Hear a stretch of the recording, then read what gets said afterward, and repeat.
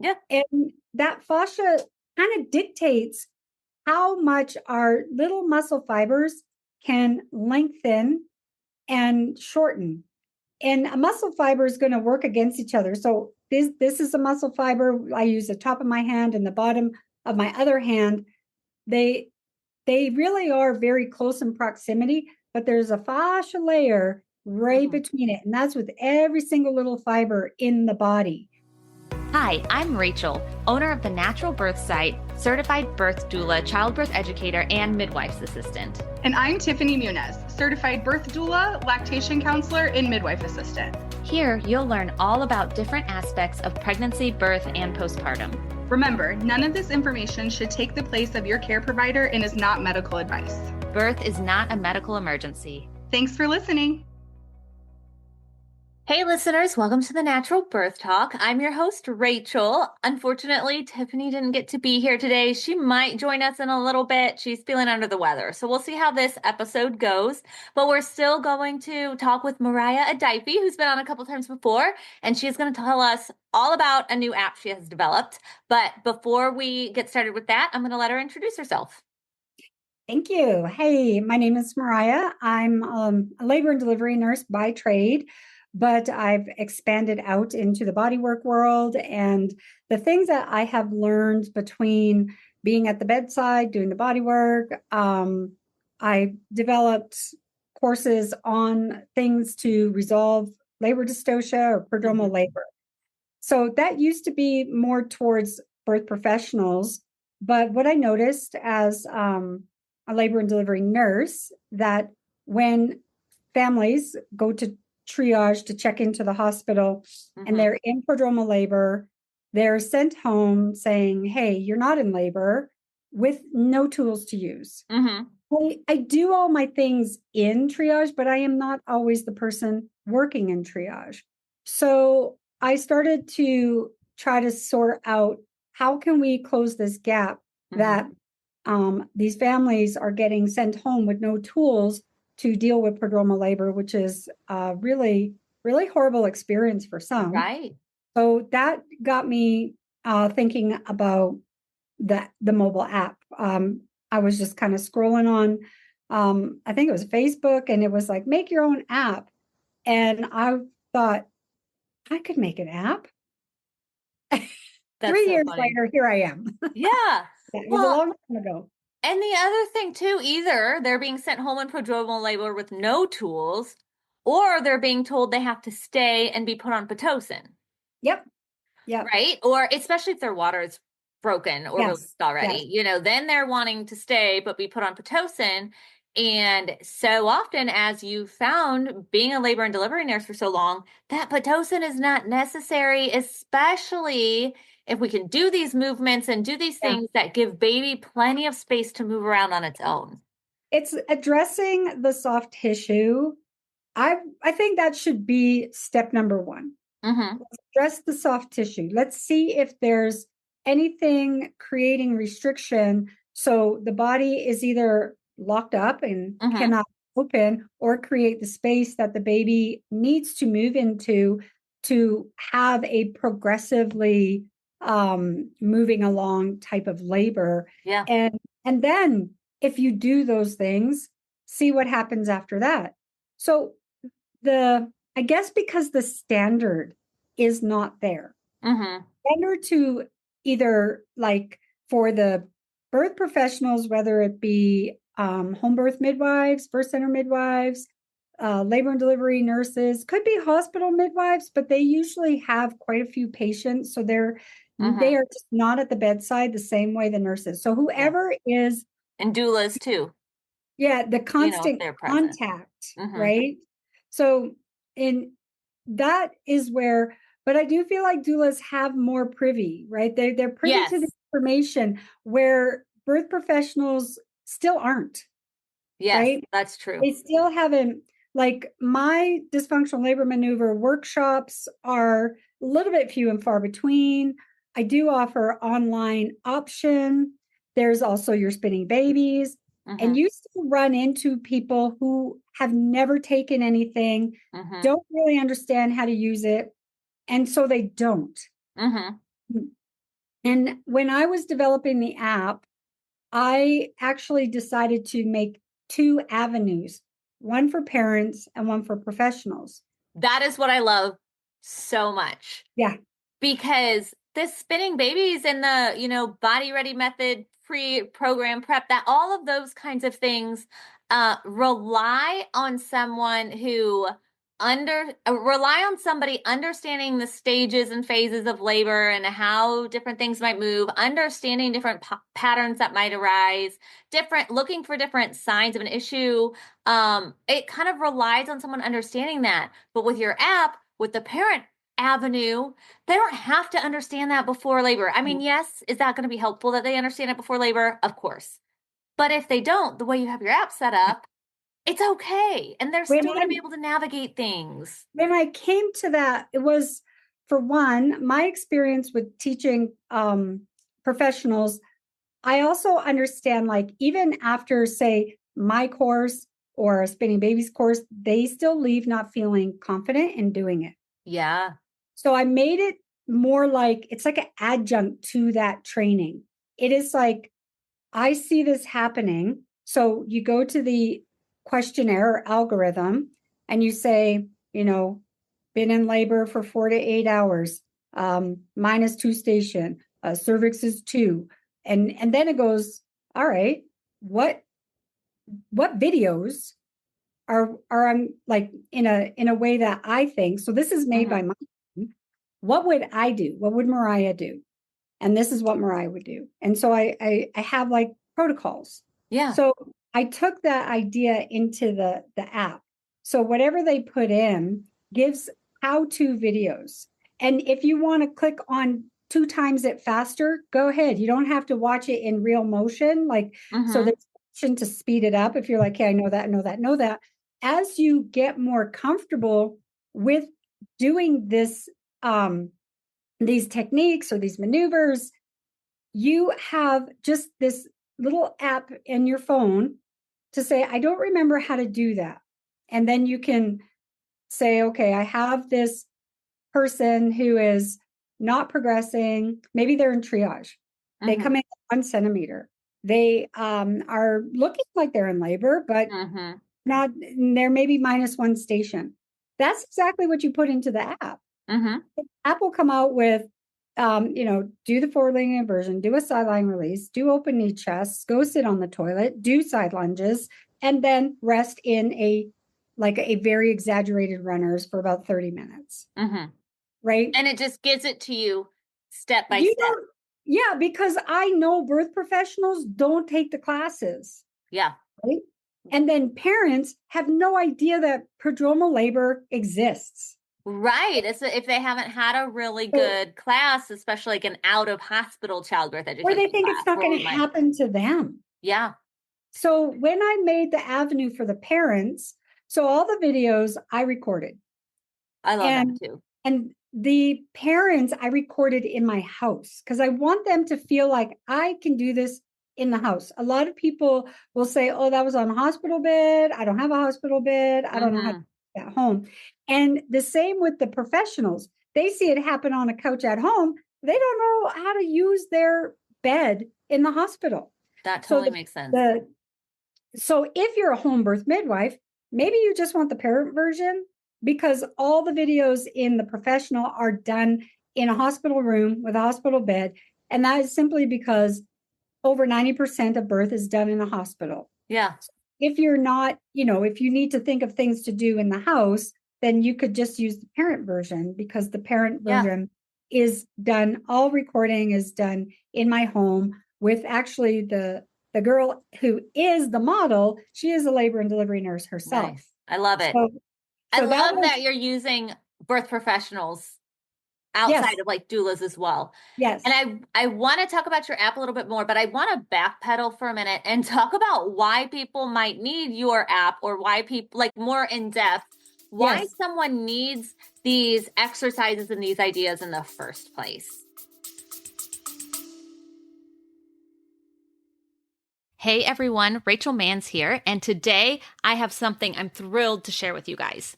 Imagine having a treasure trove of informative, entertaining, and empowering video content about the journey to parenthood right at your fingertips. That's exactly what you get with Informed Pregnancy Plus. For less than 25 cents a day, that's a quarter, guys, you'll gain access to a vast subscription library filled with documentary films, web series, mind and body fitness programs, workshops, and courses covering fertility to parenting and everything in between. Designed for new and expectant parents, as well as pregnancy and birth professionals, Informed Pregnancy Plus is like having a trusted BFF and doctor in one, guiding you through every step of the path to and through parenthood. A few of just my favorite titles are obviously The Business of Being Born, Empowered Mama, Belly Dance for Birth, how fun is that? Ease into Sleep, the Afterbirth Plan, and the Core Connection, an extremely well-presented and informative workshop teaching you about your core and pelvic floor and how to keep them healthy. And here's the best part. For a limited time, you can gain full access absolutely free. Just visit informedpregnancy.tv to sign up. Sign up for Informed Pregnancy Plus right now. I'm not kidding, guys. It's really going to help you out. It's my prescription for your informed and empowered parenting journey, all from the comfort of your home. Visit informedpregnancy.tv. That's informedpregnancy.tv, and the link will be in the description below. Now back to the show. So with the structure of the body, it is dictated by soft tissue. Soft tissue, more importantly, fascia specifically. So, what I've been learning and studying over the last 5 years is how fascia impacts the body. You don't have to be pregnant, and you don't have to be human. Any mammal with muscle tissue is going to have fascia.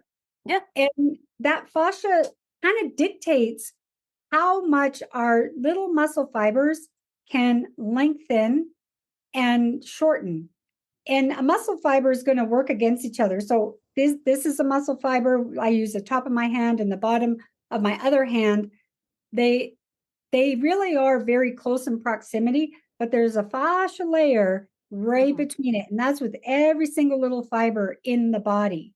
So the fascia is the scaffolding that holds us up. It holds our muscle tissue together, and then that connects to the bone. So we have fascia along our bones, and there's this like the idea of fascia to help things slide and glide. The fascia, when it gets unhealthy because you're not moving regularly or you're doing too much, right?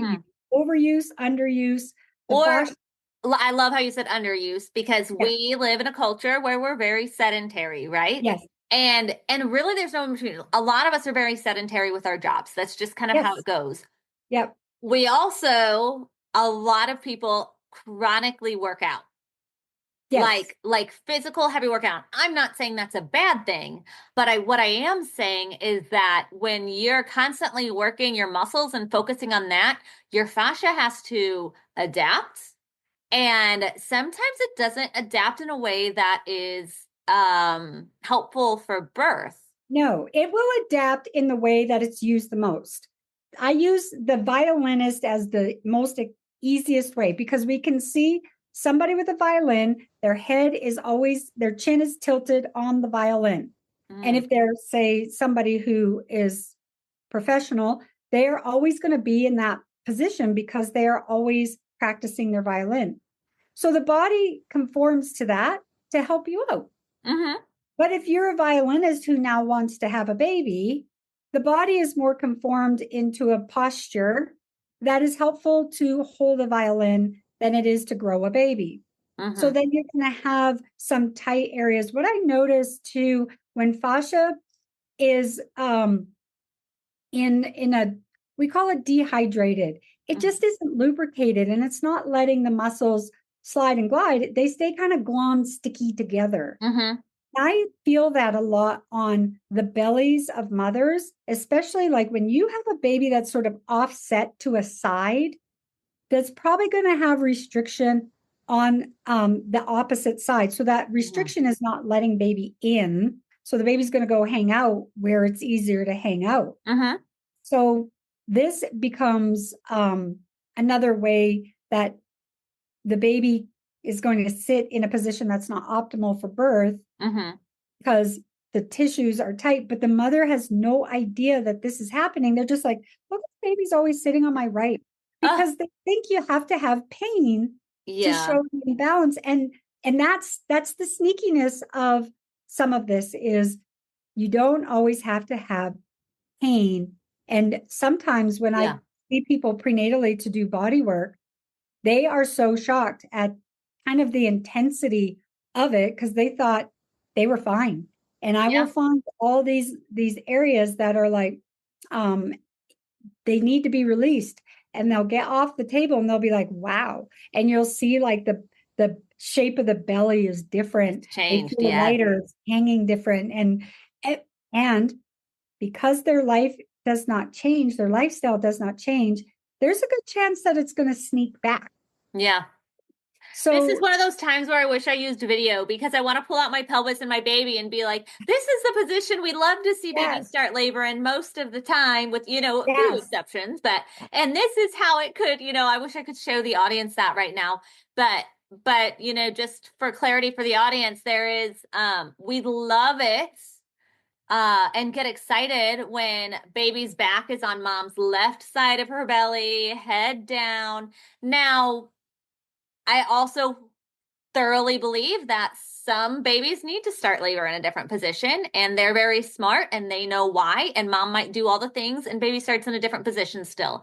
And that's okay. And I don't ever want a mom to feel like upset that baby's not in that perfect left side head down position. But generally speaking, that is when we see labors go the most smoothly. Someone who may not need your app. If the body is released enough, if they'll just begin to move into the space when the time comes. Right. And our bodies are so tight, like we were just saying, with the fascial restrictions tight, and even down to our muscles and our bones being out, because our modern day lives are not conducive to smooth labors for so many of us. A mother who's already given birth. Now, I have a certification in corrective exercise. So this is where I learned this from. When our muscles or soft tissues undergo some type of impact or a trauma or a jolt, they go into something called protective tension. And those muscles stay under tension. Now, I don't want to use the word tight. I want to say under tension. Okay. And the mind-muscle connection is not there for the brain to remind this muscle to let go, because the protective tension may happen under a muscle that isn't kind of in tune with the brain. So our pelvic floor muscle, right? Yes. We don't tap into it enough to keep the mind muscle connection flowing. Which is why your app might have someone sit on the toilet, because then our natural reactions can kick in. Because then you have this conscious letting go, right? So letting go might be a neurological thing too, not just a physical thing. Which goes back to episodes we've had with you before about the mind-body connection, which is one of my most popular episodes. The first episode you and I ever recorded together is in my top 5, I think, still. I love that. People love that mind-body connection episode. So audience, if you have not listened to the other episodes with Mariah, you really should go listen to them, because that mental connection to your body, to your muscles, to your birth, like where your mindset is in general, is so important. It is just as important as some of these physical things we were talking about right now. And when I made the app, I did make it for birth professionals. They just get this little notice, like doctors, I had to put a disclaimer. Of course. But for parents, if they are not 38 weeks, then they only get a little sneak peek. It's not for mothers birth prepping. It is for mothers in prodromal labor or labor dystocia. It is in the moment. It is, I am stuck. My labor is not progressing. That's why it's so specific. I feel like there's plenty of information out there for prenatal things. There's plenty of apps. There's plenty of classes. But what do you have for in the moment that it's like it's been 2 days of this Yeah. prodromal labor, And and you've you inevitably forgotten everything else you learned already. the exhaustion, the tired, and then you're like, I don't know what to do. Like you just go into this spiral of tunnel vision. Right. And when you go, I just seen so many families like basically want to cry because the hospital says you're only 1 centimeter, you're not in labor, go home. And she's Or like, you've been the here for most 24 painful hours. contraction. Yeah, They, or you've been here they, for 24 hours, we're starting you on Pitocin, or you've been here for 24 hours, or we're giving you a C-section. they said, hey, I really wanted a natural birth. They've been prodromal. They're tired. They don't know what to do. And they say, well, we can help you along with a little bit of pit. Or what Right. about a nap with an epidural? Right. And this is like putting it like, it's unfair because you're not like, would you give cake to somebody who said, I'm on a diet? Would you say, here's cake, have cake? No, Right. you're like, you No. respect their diet. So if a mother is saying, I really want an unmedicated birth, what can you do to help me? They have nothing. They Yeah. say the thing we could do is, we could admit you and just see how it goes Right. and, kind of keep exhausting you. Or Right. we could admit you and give you a little bit of Pitocin, where now, if they weren't painful before, they're even going to be worse now. Yeah. Or they really highly recommend an epidural. Maybe you just need to relax. And in my opinion, an epidural does not relax you. It detaches Yes. your feelings. So the body, maybe it's getting held up because you're tired or because it's painful and you can't really let it go. So that disconnect lets the body actually do what it was always meant to do. Right. Yeah. So then that we rob women of these experiences by simply not offering a more natural way. Yes. And if you do send them home, so some women do want an epidural, but you're only 1 centimeter. So they get sent home. Right. And when the body, I've seen this a lot, the body finally lets go, they birth their baby at home. Yeah. And that was not in the cards for them. So now we've created a birth trauma for them. Yeah. Some are okay with that. And they're really like, hey, you know what? It wasn't that bad. But some feel rejected. Some feel like the hospital wasn't there to support them. They didn't know what to do. The partners are traumatized because they're at a loss. They're watching their partners go through all of this pain, and everybody's tired. Even the doula is tired. Like, yeah. Oh, for can't stay sure. up for 3-4 days. Right. And so I think the hospitals, like, they're doing what they know. It's all they know. They're only giving you the options they know. And so you can't, I mean, you can kind of fault them because the information's there. Yeah, the information's there. They should have it, but they don't. So you're kind of coming in and you're filling that gap for the parents, but also for the birth professionals of like, you don't have to have taken this training. Like, I mean, it's great if you've taken a training, but it's great because you get the theory behind it. And the theory is so important because maybe you can come up with your own maneuvers, right? But if in the moment you've got this 39-4 mother who has been dragging on her labor and that, like, you maybe even like as the birth professional, you're like, I don't even know what to do anymore. Like if you're a nurse and they come in, you don't maybe necessarily have time to do things with them in the triage room because you have 5 other people to triage. Yeah. But you could say, hey, there's an app. You can go home and do the things in the app, and maybe that will create the progression, so that's the other thing is sometimes in those prodromal labor situations, sometimes the movements cause progression, create progression. Great. We love it. Sometimes they make labor stop in a good way. Right. In a, hey, you're going to get some rest before we pick up again kind of way. Yes, because you're going to be able to calm down.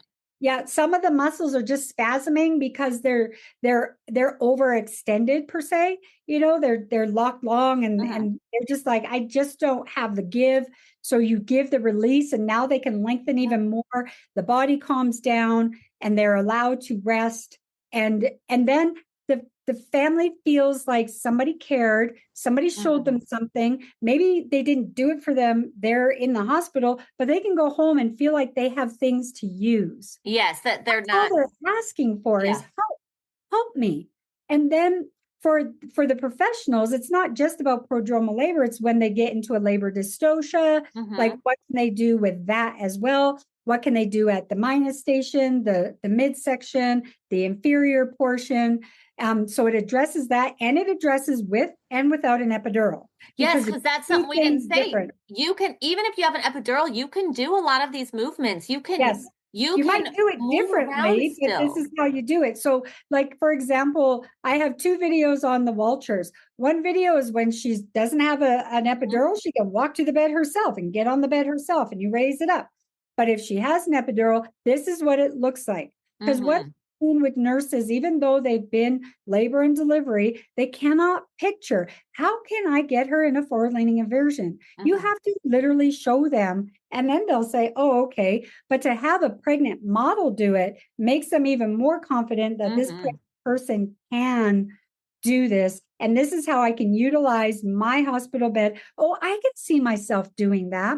And that's what's important, is each area of where you're laboring, you see yourself being able to do it. The parents, they can do it off the couch. They can, I call it posterior rebozoing, because I don't know what else to call it, where they lay on their back and you just sift their hips. Okay. And I do that, like, it's in my bed, in my house. Like, this is how you can use this stuff at home, and how you can use this stuff in the hospital, so that everybody is covered, right? That is the most important thing, is we address where there's a gap. And I didn't feel like reinventing the wheel, in the sense of, I don't want to make a prenatal app. Yeah. That's not my jam. Those My are jam out there. Body work prenatally, but my other jam is labor dystocia, prodromal labor. Yeah.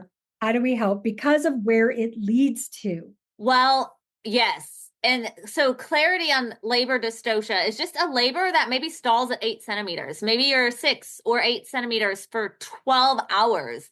And it's kind of a bummer that we have to talk about these things, right? Yeah. Because I think I think prodromal labor and labor stalls and things like that have always been around, but I think they're so much more common now because of our sedentary lifestyles, or even our overworking out lifestyles. They both can play into it, which is why we need these apps. Those prodromal labors and those labor stalls are so common now. And I didn't want to make it complicated. Like, just get to the point. We're tired. We need to make it move. Or if you're in the hospital, like, oh, time's a clicking, they look at the watch.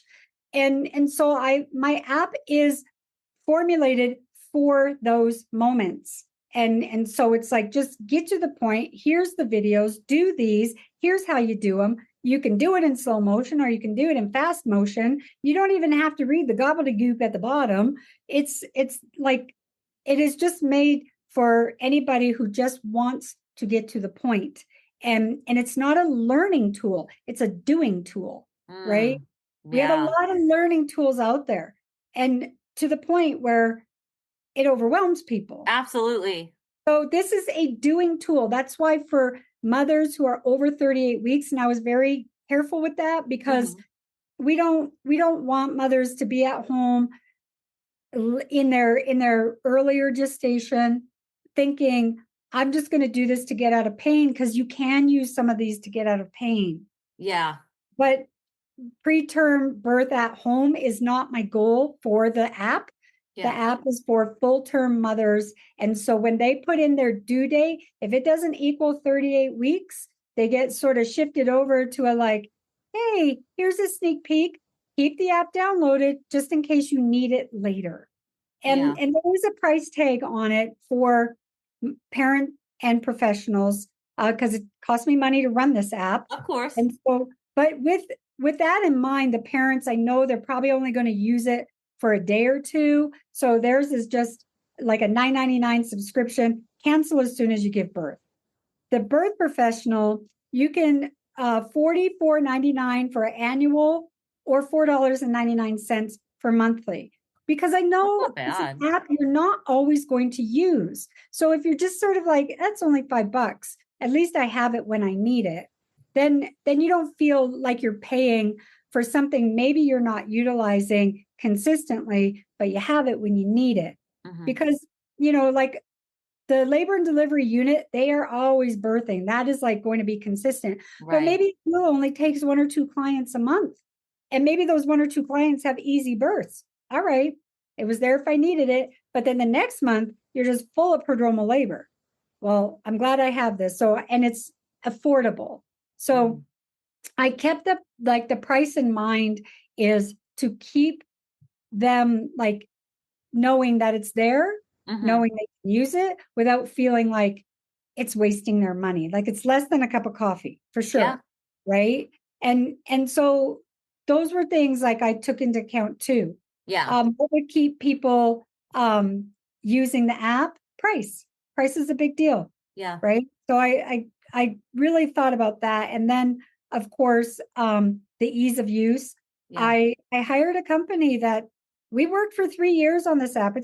I did not do this app myself. It started off me thinking Right. but oh my God, it was so complicated.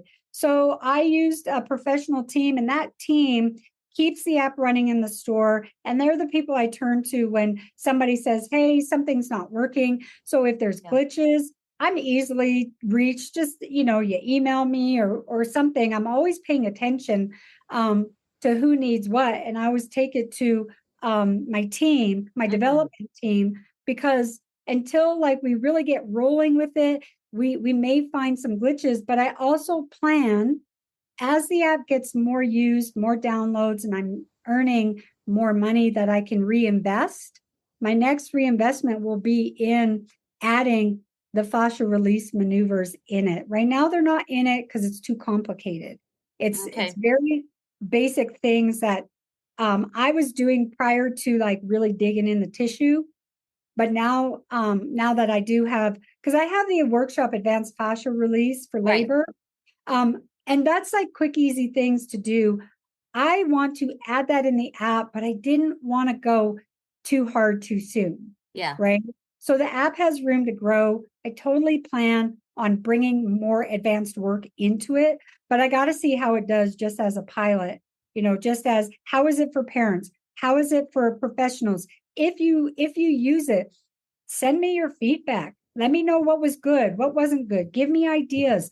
Help me grow it to something that is useful. And then like that's the future of it. I love that. And so, okay, we've got just a few minutes left, and I kind of want to finish up with just a little more info just about fascia and prepping and things in general that could be helpful for our listeners, because obviously, like, we would love it if nobody ever had to use the app, in the sense that, right? Because in the sense that we don't want moms to have to struggle with these things. And there's, like you said, there's so many good ways to start prepping your body ahead of time. Spinning babies exercises, CFT, which is what craniofacial. No, craniosacral therapy. You're thinking? Well, CFT. Well, and so the CFT is like the whole fascial system. I just talked to somebody the other day about that. So it's like craniosacral therapy, but for your whole body instead of just your head. Yeah, and it's you can find like certified rolfers, structural integrators, or people who are very well trained in fascia release. If you can't, yin yoga is one of the really fabulous ways that you can hold these poses for like 3-5 minutes. That becomes a fascia release. Oh, see, I didn't even know that one. Yeah. Another version is called the MELT method, MELT, muscle energy lengthening technique. It's a foam roller that uses a strategy on how you do fascia release. It was designed by Sue Hitzman, who is a bit of a fascia guru herself. It is not the same as those rollers you see in the gym. No, the MELT roller is designed by her. It is a system of fascia releasing for yourself, and I use the MELT method for myself. So there's that. It also comes with balls, so you can roll the balls under your feet to release the fascia under your feet, because fascia is everywhere. It is found like even in your eyeball. It is found. It's your whole body. And I mean, other good things, a massage by someone who understands the fascia and the connection. Yeah, it's a Myofascial slower. release is Yeah. another, really good Yes. technique to use. And so there are so many ways that you can prep your body ahead of time in hopes to not need this app. Yes. But with just our sedentary lifestyles or our overworking out lifestyles, sometimes and some people, we're just going to need the app anyway. And I am so grateful it's there to help if do you're kind of sitting a C-section lot. and. Oh, sorry. If It's you know okay. if you're sitting a lot and you don't really have any pain, challenge your body. Start doing stretches. Start seeing how restricted it truly is. Because That's a when good you idea. challenge it, that's when you find these restrictions. But when you are just sitting in a posture that it's happy in, it won't bother you. But as you what happens is the baby starts to grow and it challenges the body, and then you start feeling it. But that doesn't always happen. You may have to consciously challenge, meaning try a yoga session. See how flexible you are, how much you can bend and move, and then you start really realizing I am tighter than I thought. Right. That is kind of the cue to start really paying attention, addressing fascia through any way that you can. If you went on YouTube and you put in Rolfing, Rolfing, you would find a bunch of videos of Rolfers showing the technique. And I'm just being realistic. Some people don't have money to go see them. But if you're a talented person that can monkey see, monkey do, then you might be able to sort of utilize it yourself. Yeah. Help yourself. Because for me, I know access is not there for everyone. And some don't have certified rolfers. Some rolfers won't work on pregnant people. So, there's things. I get people in other countries, Africa, they will say, we don't have that. And I'll say, well, go on YouTube and watch. Right? Like it's The that resources important. are there. It's that important. Yeah. Yes. So the app is available in 175 countries. That was very important to me. Wow. Apple, iOS, and Android. Nice. Yeah. That's awesome. Okay, so listeners, we gave you some really good physical body tips, talking a lot about fascia, helping you to kind of understand, a little bit of what's going on in the body. This was just kind of touching the surface here. Definitely go back and listen to Mariah's episode on the mind-body connection and how that works together. I'll link it in the description. I'll put the exact link because I can't remember the exact title of the episode right now. But I would say start mentally. Yes, but follow it up physically, because your mental state is so important. And then when mental state's good, a lot of times the body will follow suit. Yeah. But it's going to need some extra help and some extra work. And if you do the mental and you do the physical prep and you still find yourself in prodromal labor or having a stall in labor where you've been at 6 or 8 centimeters for hours, then Mariah's app can come in and just kind of, you put in all your info and you can hopefully that'll help things to get moving, and maybe it'll help you avoid an intervention of some sort, or just help you to overall feel more satisfied with your birth itself. So thank you for being here, for making your awesome app, for sharing it I'm with so us. glad we had a chance. Happy Valentine's Day. Yes. Happy Valentine's Day. That's the day we're recording. So, all right, listeners, like I said, I will link her other episode in the description box. And if you guys have any questions, reach out to me at contact@thenaturalbirthsite.com. Thanks for listening. Hi, Rachel Manns again. If you want to learn more, please subscribe to and rate this podcast, and head over to thenaturalbirthsite.com to check out our online natural birth education course, birth story blog, YouTube channel, and more.